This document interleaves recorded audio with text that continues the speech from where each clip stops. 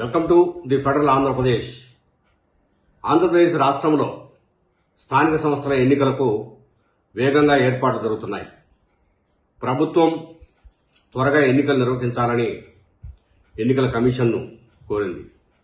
ఎన్నికల commission sir కార్యక్రమంలో ఉండటం వల్ల ఓటర్ లిస్టు ఫైనల్ అయి మీ ముందు ఉంచుతాం, ఆ తర్వాత ఎన్నికలు నిర్వహించుకోండి అని ఎన్నికల కమిషన్ చెప్పింది. ఈ మేరకు ముఖ్యమంత్రి చంద్రబాబు నాయుడు పార్టీ శ్రేణులకు స్థానిక ఎన్నికలు మనం అక్టోబర్ నవంబర్లో జరిపే అవకాశాలు ఉంది, రెడీగా ఉందని చెప్పేసి సిగ్నల్స్ ఇచ్చారు.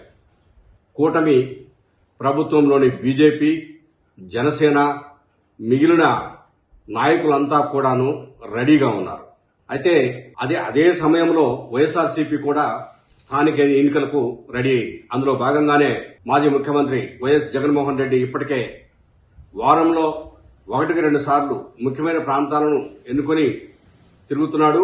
ఆయన ప్రచార సరళి కూడా ఎన్నికల నేపథ్యాన్ని దృష్టిలో పెట్టుకునే ఉంది. గతంలో జరిగిన ఎన్నికలు లేదు, గతంలో పరిపాలనా విధానం, ఇప్పుడు జరగబోతున్న స్థానిక సంస్థల ఎన్నికలు, ఇప్పుడు జరుగుతున్న పరిపాలనా విధానం గురించి ఆయన విమర్శలు గుప్పిస్తున్నారు. ప్రస్తుతము రేపు జరగబోయే స్థానిక సంస్థల ఎన్నికల్లో బీసీలకు 24% ఉన్నటువంటి రిజర్వేషన్ను 40% తీసుకురావాలనే ఆలోచనలో ప్రభుత్వం ఉంది. అయితే 40% సీట్లు వాళ్ళకి కేటాయించాలంటే అసలు బీసీల జనాభా ఎంత ఉందో ఫైనల్ కావాలి.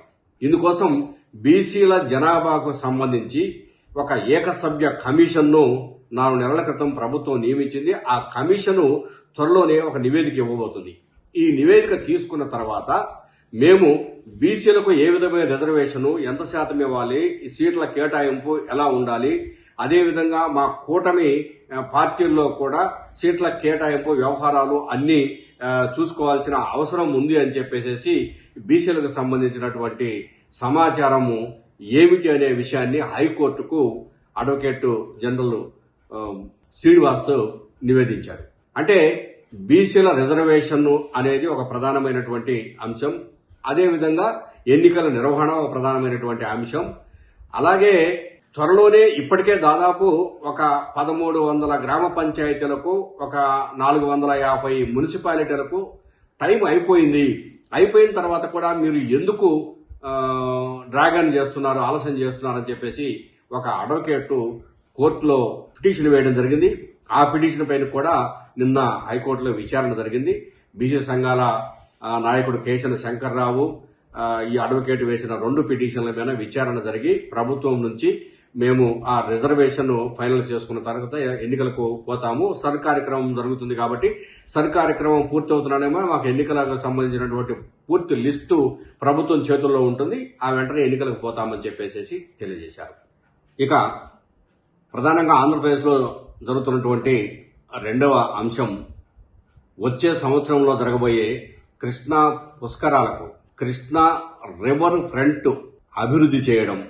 ఇందుకు సంబంధించి సిఆర్డీఏ ఆధ్వర్యంలో ఉన్నటువంటి Amaravati growth and infrastructure development corporation ఈ మేరకు కృష్ణా రివర్ ఫ్రంట్ కోసం టెండర్లను ఆహ్వానించింది.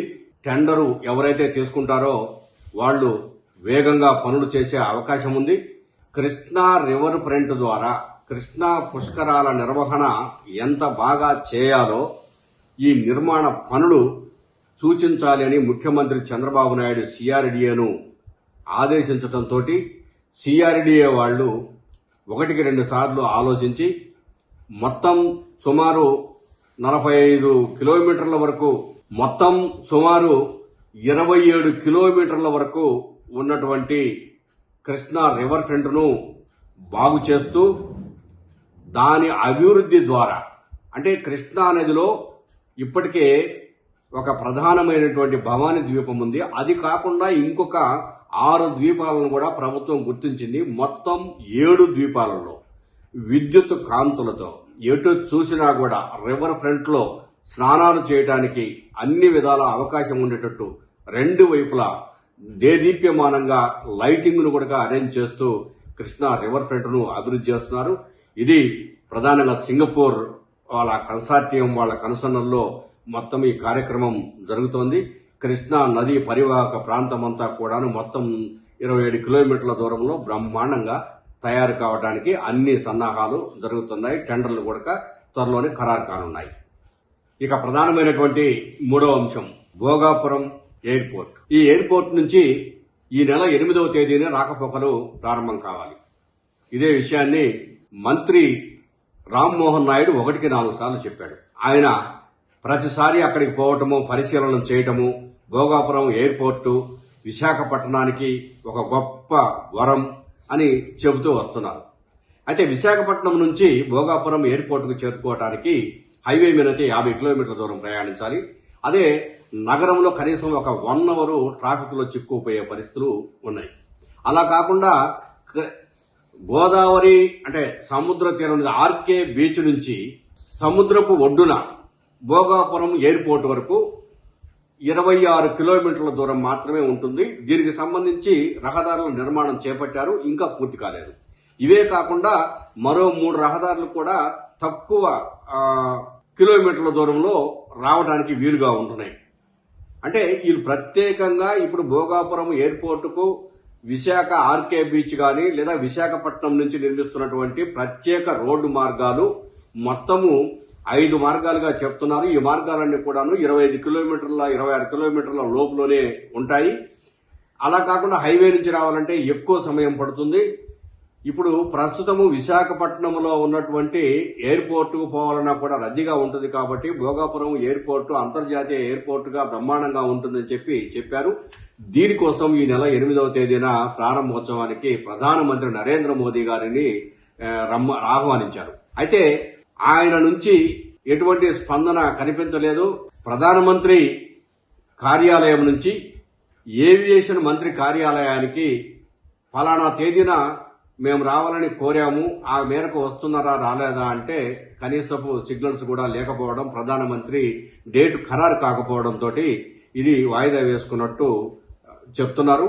కానీ నిజానికి చాలా వరకు పనులు జరగాల్సి ఉంది. ఆ పనులన్నీ జరిగి కంప్లీట్ అయితే తప్ప లేకపోతే దాన్ని ప్రారంభించినా అయ్యేది కాదు, పోయేది కాదు అనేది ఒకటి జరుగుతుంది. అయితే 8వ తేదీ నుంచి విమానాల రాకపోకలు జరుగుతాయని చెప్పేసి టిక్కెట్లు చాలా మంది బుక్ చేసుకున్నారు. టిక్కెట్లు బుక్ చేసుకున్న వాళ్ళంతా కూడాను ఈ ఏజెన్సీల మీద ఒత్తిడి తీసుకొస్తున్నారు.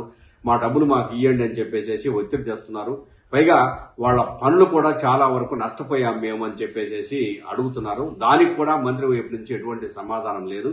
ఇలా కాకుండా ఒక కన్స్ట్రక్టివ్ ఒక తేదీని నిర్ణయించుకొని మేము ప్రారంభోత్సవం చేస్తున్నాము అని చెప్పేసి ప్రారంభించాల్సిందిగా ప్రయాణికులు కోరుతున్నారు. కానీ విశాఖపట్నంలో ఉండేటువంటి ఎయిర్పోర్ట్ పరిస్థితి ఏంటి, దాన్ని ఏమన్నా ప్రైవేటు వాళ్లకు ఇచ్చే అవకాశాలు ఉన్నాయా, ఇక అది మూతపడినట్టేనా భోగాపురం ఎయిర్పోర్ట్ ప్రారంభమైతే అనే చర్చ కూడా ఒకటి జరుగుతుంది. దాని మీద కూడా సరైనటువంటి వివరణ ఏవియేషన్ మంత్రి ఇవ్వాల్సిన అవసరం ఉంది.